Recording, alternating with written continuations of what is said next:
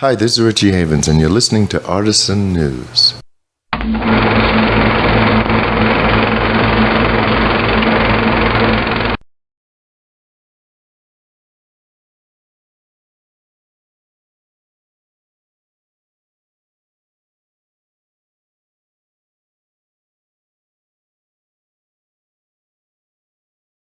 Years on the grades. Yeah.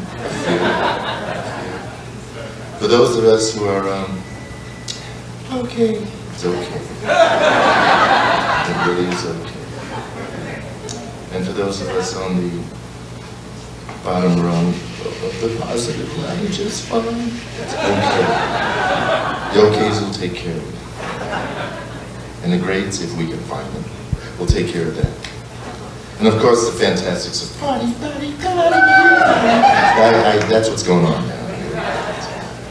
I'm so glad to be here. This is Grace of the Sun. Yeah. Was this an album for you where everything went well and smooth in the studio, or were there certain obstacles? It's very acoustic. I still record analog, and so it's the dynamics is it works for the dynamics in the music because we all play together. Don't do a heck of a lot of overdubbing, if any, that kind of thing. I try not to. I know there's a cover of Bob Dylan, Watchtower, actually on. Oh yes. What goes into deciding what cover song actually is? That's a good question. In this one, it was fairly different from the past because I had actually recorded live Watchtower years and years and years ago, and I sing it on stage quite a bit, and people always ask for it.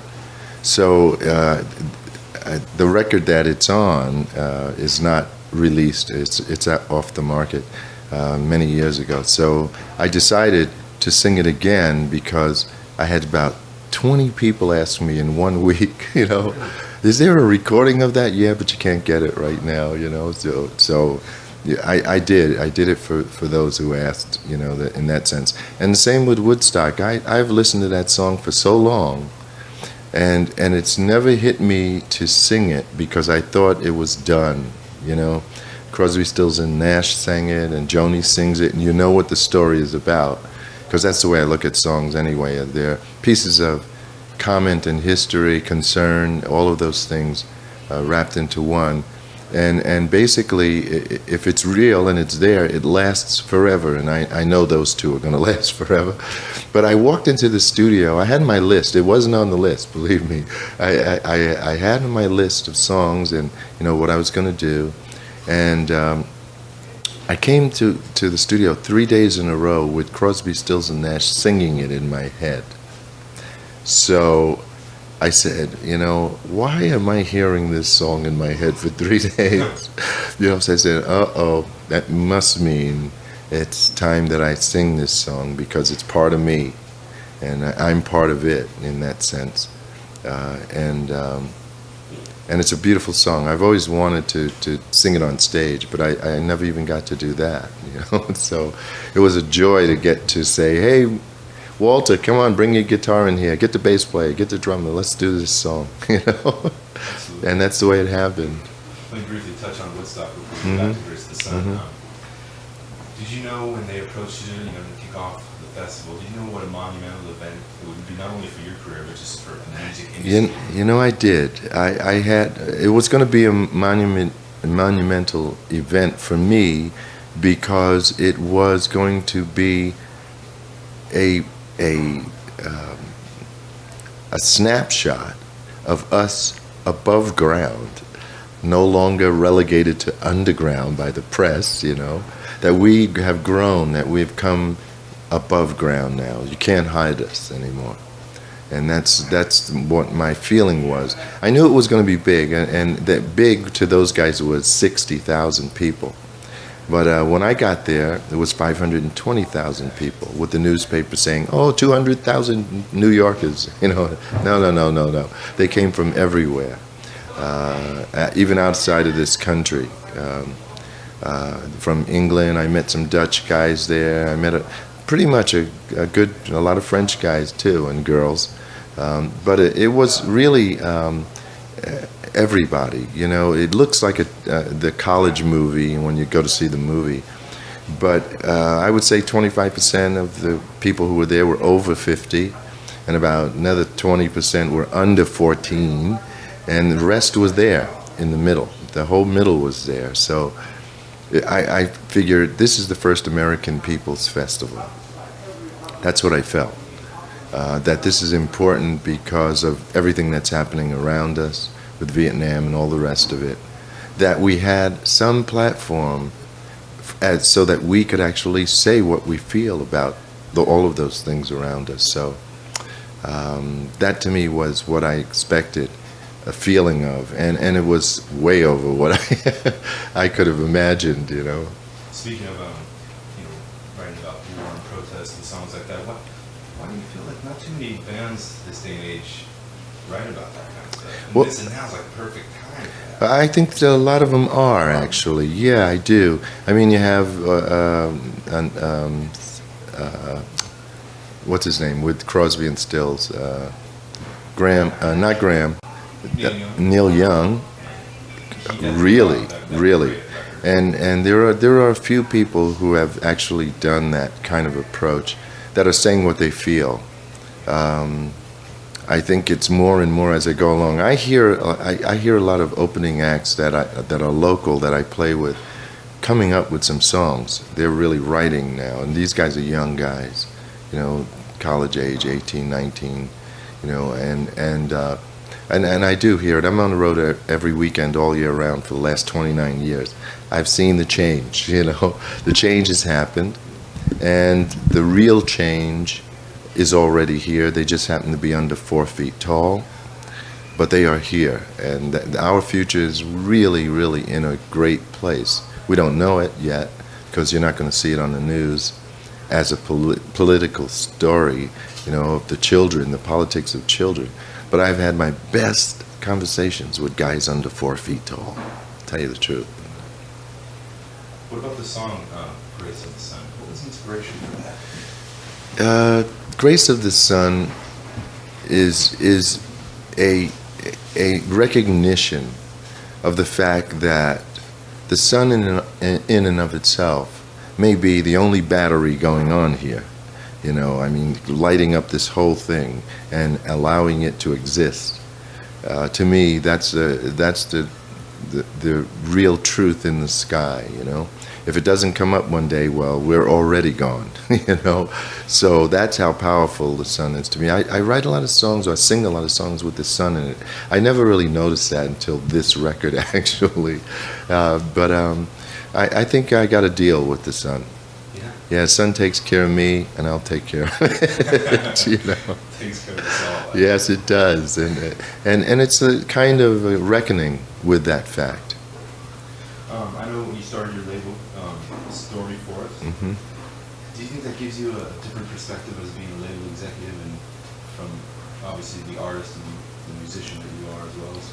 Well, you know, I was fortunate enough to actually get a label in 1970. I mean, Stormy Forest started in 1970 under MGM, and I made, I would say, 7 albums on it of my own, and I produced 3 other people on that label. And it wasn't until '77 when MGM sold itself that we Coming to this show? Okay. Cut. Okay. Action. All right. You come to realize, you know, that if you have your own tools, you do your best work, you know, in that sense. And so I recorded myself many times, and I would say the longest one ever took was about 25 days. Mixed Bag was actually done in 4 days, and it was because there were no set bands that could play with me the music that I was singing at the time, because it came from every genre. There were no set rock bands couldn't play behind me, jazz bands couldn't do it, because you couldn't crunch those different feelings, different cadences and all of that into one band. So that's why the album was also called Mixed Bag. was because it was coming from everywhere. But how it happened was Albert Grossman's partner was given the task to record me after Albert couldn't try out all the different types of bands that didn't work.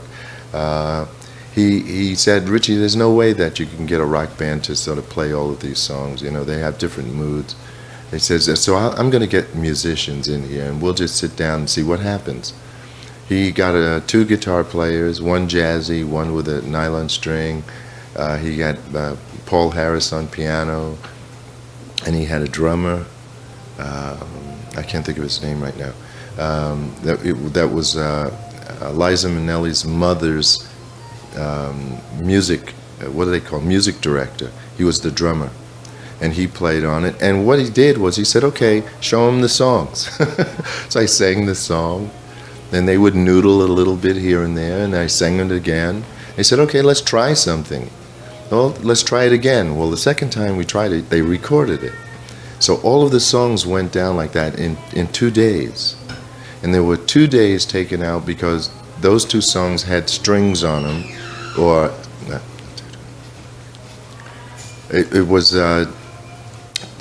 4 days with 2 days of just jamming it out, like finding the roots and feelings, and then just playing it together, all of us playing together. Then there were 2 songs that had strings written for them, and they took a day apiece because of the strings, and it was amazing. See, I thought that was the way it always happened, 4 or 5 days, you know. And it turned out, boy, I watched all these people with $100,000 for what, you know? They take years to make an album, and I go, that was a good one. Well, wait a second. Okay. I'm composed. I couldn't figure out why so much money was actually spent on recording, because if you got the band and you rehearse the songs and you get to know them together, you go into the studio and you perform the song. It's not like you go in to create the song. A lot of people go in and create in the studio. It costs money. I feel if you learn the song and you know it and you have all of the backup working with you and feeling it too, you go in, you sit down in all the rooms they could find for all of you, or the same room, and you play together. And that's how Mixed Bag was done.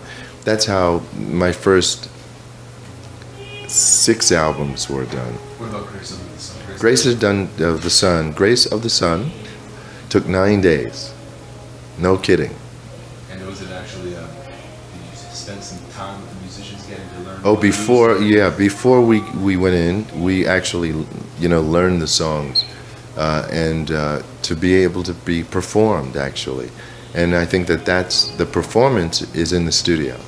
And also, I know you brought in some musicians, basically from other parts of the world, India, Turkey, Argentina, I believe, as well. Yeah. Do you feel it gave it maybe some world flavors? Yeah, it does. It does, because those songs I thought needed that atmosphere. Whatever atmospheres the song portrayed is the atmosphere that I try to capture.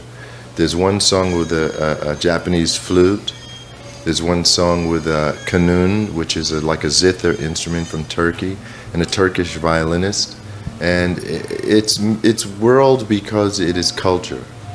And if you can get those cultures to come together musically, there's no doubt we could come together sanely, as human beings, and sharing, That's what I love about the WOMAD Festival. 45, 50 countries come together and play music together. It's the most incredible thing I've ever been at. Incredible. Like everyone were masters of what they did, and it's because it was their cultural music, was what they grew up on. So I grew up listening to a lot of radio. Oddly enough, my grandmother listened to Yiddish music in the morning, followed by gospel music, followed by make-believe ballroom time. So, I heard all kinds of music there, and I grew up with that open fascination, for cultural music. I was actually in a recent interview with Damian Marley talking about what his father, one of the major things that he taught him was the power of music and how it could bring people together, like we talked about the World Festival. But what have you seen the power of music and how important that is in the world? It's never been more important because we've already elevated ourselves above ground. Nothing can stop it anymore, except someone buying all the radio channels, maybe. But you know, and I don't think that even works. You know, I think all the young guys out there that have something to say are really saying it, and I think it grows on people. I mean, I met a lot of 14, 15-year-olds that are singing about the world they're living in, you know, and the war and everything else. And so I know that the story is in good hands. It's in young people who are DNA'd enough to understand what their parents went through, and then some of their parents telling them what they went through, to understand that they have the same abilities and more tools now to step out and do their own thing as well. A couple more questions and I'll get into it. No problem. Thank you for your time. I do appreciate it. Your guitar technique style is unique to itself, especially I'm a guitar player as well, so I'm kind of infatuated with the way how you get your thumb and some of those chords. I was wondering, is this something that you just came across? Yeah, I did. You know, there were 6 songs in Greenwich Village that changed my life. And I wanted to sing them because I wanted to actually go back to Brooklyn and sing them for my friends who were never going to hear them because they never left Brooklyn. And I used to sit in the audience and sing along with these guys who wrote the songs. And Freddie Neal, wonderful performer, writer, came up to me one day and he says, "Richie, you know, you've been singing my songs from the audience for about 8 months now. Take this guitar home, please, and learn how to play them yourself," you know. So I took the guitar, didn't know how to tune it. That's why I tuned it to a chord. And it turned out to be a D chord, D, A, D, F sharp, A, D. And I learned the 3 chords that you could sing 7 million folk songs with. And I went right on stage 3 days later. No kidding. And I didn't get off for 7 years. Yeah, it was incredible, incredible time. And I never think about it. Playing to me is the foundation of being able to sing the song. And I'm a frustrated drummer, so I could be my whole band at once, you know, to hold my voice up, because that's really why I played the guitar. I would love to be a picker, but I'm not, you know. And if every time I put my hands on a real guitar and tuned correctly, I have such big fingers, I hit 2 strings at a time, so I can't get into that either. So I sort of tuned it to a chord. I learned those songs, and little by little I learned how to create a minor with my hand rather than tuning it to a minor to sing a minor song, which was very odd because I couldn't get back to the major. And people thought, I used to watch audiences go, they're listening to the song, they recognize it, then all of a sudden they go, where did that come from? And that was where the major should have been, and the minor was there instead. But and I sang it that way because it was the song that was more important. So I sang it as a minor song. But I learned what I was doing was turning down 1 string, the F sharp, and so a half a fret or 1 fret down. So I'm usually barring with my thumb this way, and I just play all the strings. But I barred 2 strings on the bottom, 3 on the top, and 1 fret lower, I held down the 3rd string. And that was my minor, anywhere on the neck. Just like the major, anywhere on the neck. And it really changed my whole life, you know, because I could sing more complicated songs that I liked and get through it. So for tonight's performance, you're going to run through a lot of the songs on there's going to be some Grace of the Sun and some Wishing Well, which is the one before that, which I think, had I thought about it or even inkling, they would have been a double album, to tell you the truth. So it's basically the songwriting left off exactly where Yeah. you were with Yeah, and I wrote some songs on Wishing Well, and they kept coming after I had finished recording Wishing Well. So that's the reason I kept my songs, that were coming out of me at the time, and I moved toward recording them. I think I wrote about 6 of them, and I moved toward recording them. Once I started, the rest fell into place, with the covers in that sense. And are there any songs that you kept writing after Race of the Sun? After you recorded that, like now? Oh yes, there are a few actually, 3 actually. Possible plans? Oh yeah, they will be on the next album, which I'm working on now. It's all right on your after the Yeah, start. yeah. Any thoughts on any of the first 3 songs? Have you taken any of those songs to the stage yet? Yes, I have actually. I've been singing them for maybe 6 months. How's Actually, the crowd response to some of the new ones that are yet to be recorded?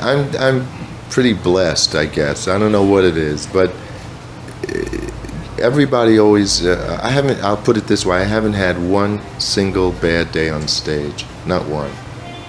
And it's because I'm singing to people that I know already. I feel I know everybody already, and because we're here and we're here together, and we're supposed to be working on getting that correctly tended, and that's what we were here for in the first place. To me, I grew up in Brooklyn. All of my friends came from all over the world, and firstborns in America, and we never had a problem. My mother screamed at them as their mother screamed at me if we were messing around or something. So it was a large extended family of culture. And I learned by having all of these kind of friends that really nothing's different at home. They get yelled at like everybody else, and so for me, that'll always be a part of my music, in the sense that culture will play into it. I know one cover song already that I am going to do, and it's called I didn't forget. Oh, sorry. Last question, I'll get out of your way. What was the thinking about? I'll put it this way. I have several songs that I've written for the next album, and one cover that I already have in mind is called Another Day, and it came from a soundtrack of a film called Veronica Gruyene. Veronica Gruyene. It was about a woman who, it was a film, so it was about a woman who single-handedly cleaned up the drug problem in Ireland and gave her life up to do it. She was totally persistent as a newspaper person, and lost her life in the process, but actually shut down everything on that island. And the song was sung in the end of the movie, and I found myself like sobbing my eyes out, because of the beauty of the passion and the content of the song was so perfect an ending, best I've ever seen and heard. And so I've been singing it a little bit here and there. Gonna record it though. Are you going for that one tonight, Possibly. possibly? You change your set list every time, everything? I only know the first and last song I'm gonna sing. That's it. Yeah. It's kind of Freddie Neal told me that too. He said, listen, you only need to know 2 things: how to get on and how to get the hell off. That's it. Get on the stage, get off the stage. That's it. So I took his advice without really thinking about it or knowing it. But I sing what comes to me. After the first song, people applaud. It suggests what the next song is going to be. And it's interesting to be in some places where after their applause, I ended up singing 5 Bob Dylan songs in a row, and I'd go, where am I? Was that necessary, really? And it's wonderful. I mean, because even the people who play with me never knew, all of these years, they never knew what I was going to play next. but we've known and worked on the songs before we went out there, without too much time really, because the people I get to play with really have the instrument themselves, really make the instrument work for themselves. So it's actually a collaboration of music in that sense. So I have a cello player and another guitar player, and that's what we'll be playing. The last question, I want to briefly touch on Bob Dylan. Mm-hmm. You're renowned for doing fantastic covers of some of his songs. He, not only to me, but obviously a lot of people, Yeah. one of America's greatest songwriters. Yeah, he is. He is. Absolutely. What does he mean to you as far as an inspiration of your life and your recordings and your music? He was you know, interestingly enough, the very things that he denied being, he was. But he didn't want to be it for the New York Times. He wanted to be it by just being allowed to go up on stage and sing his songs and not have anybody put any titles on him or anything like that. The fact of the matter is, I found him to be the poet who got to sing his poetry. That's the way I look at him. I don't look at them as songs. I look at them as poetry being sung. And the fact that the way he plays guitar and strums, he doesn't use the same strum for every song. You know, he has the atmosphere that it feels right for each song. And very difficult. I mean, I just did a part of the new Bob Dylan movie being made right now, actually. I sang Tombstone Blues in I think it's the credits, and then I played a very small part in the film, and it's called I'm Not Here, and it's being made now in Canada and England and United States. No, in a way it is, because it's supposed to be a documentary of his life as portrayed by 6 separate people in the film, including Kate Blanchett playing Dylan, which is really far out. It's really far out.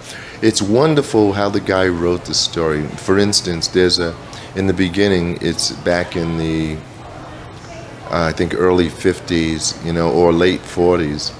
And it's a kid on the road with a guitar, and he calls himself Woody Guthrie, but he's singing Bob Dylan songs.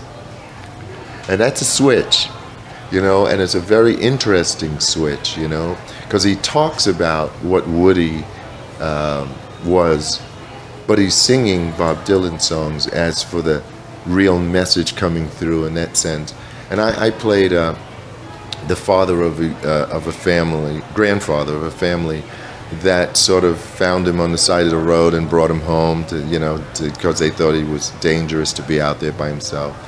And he's just a talkative. He's just one of these kids that, you know, keep talking about what he does and being on the road and what he thinks, and it's a real wonderful approach. And then there's Richard Gere, Kate Blanchett, and a few more really good people playing in it. I can't wait to see it. It's going to be a Fellini movie. I can't wait to see it. Thank you for your time. My pleasure.